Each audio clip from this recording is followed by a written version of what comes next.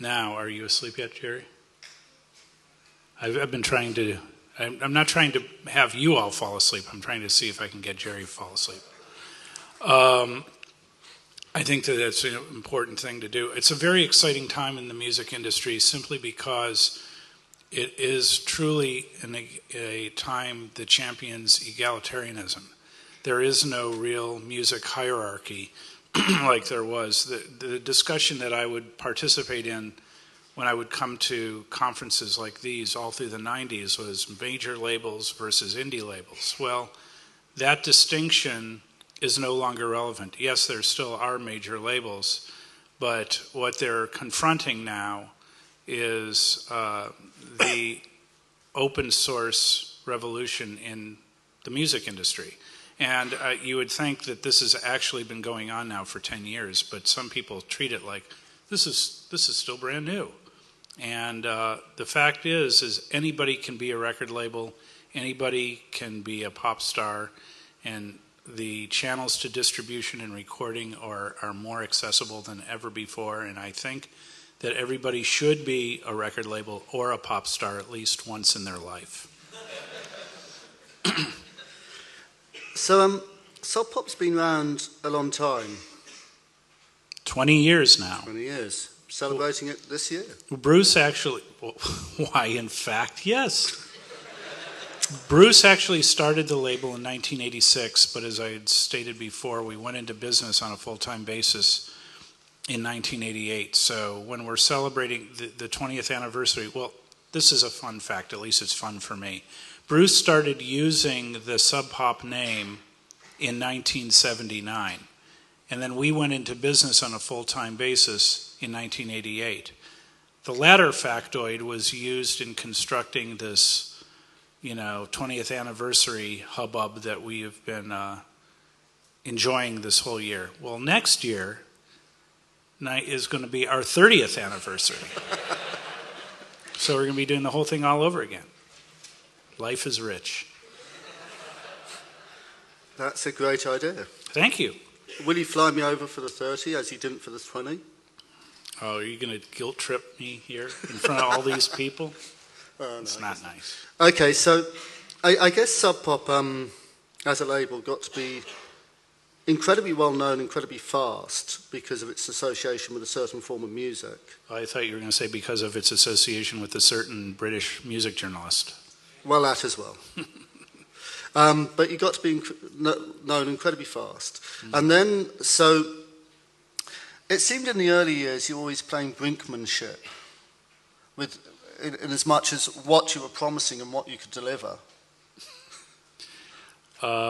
My company's motto was and remains going out of business since 1988. So I think that's what you're referring to. Yeah, and the other T-shirts which stated, what part of "we have no money don't you understand"? Yes, there is that one.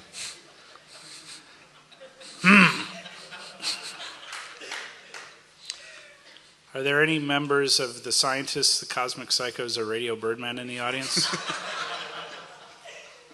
Good.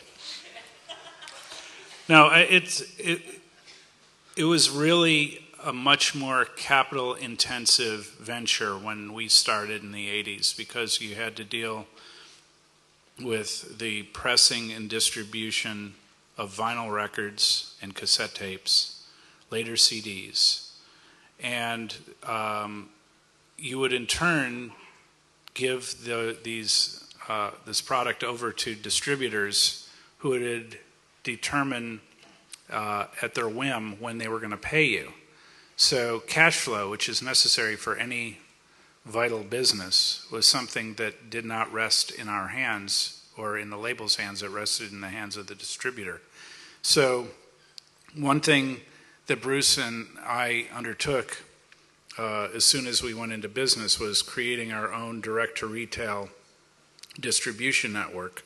So we did start getting COD checks from UPS, who became our distribution instrument. So we were able to circumvent the distribution network in the United States, which at this time is lies in tatters if it's even existent anymore. I think there are maybe 2 or 3 credible independent distributors in the United States, whereas at the time when Bruce and I went into business, there were over 20. So it's a little tidbit of information for you. It's probably common sense to you all, but to the best of your ability, try to keep the means of distribution to yourself, because as soon as you hand that over to somebody else, you're handing over your cash flow as well. Yeah, I mean, I've found myself, I've published my own magazine for the last 7 years in the UK, and I found myself, the more successful you get at that and the more copies you sell, the more money you owe, which is a really strange part of the equation. What inspired you to start your magazine? Well, I'll tell you later, John. Okay. That's Plan B, right? That's a great magazine. Thank you. So what I'm intrigued is, after that initial kind of flurry of excitement about grunge, which Sub Pop tried to rightly distance themselves from as soon as possible, you then kind of expanded quite fast. And it seemed you signed a legendary deal in the mid-90s. You signed a legend?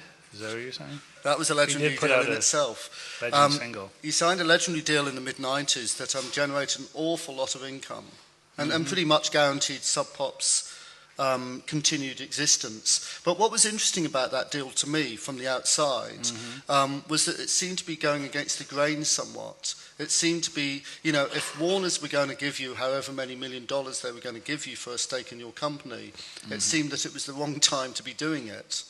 How did you pull the wool over their eyes? Why did you think it was the wrong time to be doing it?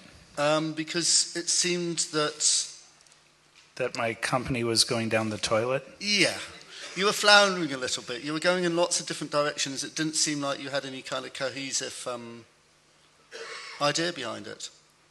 Well, that's a good time to be selling out, is when you've run out of ideas.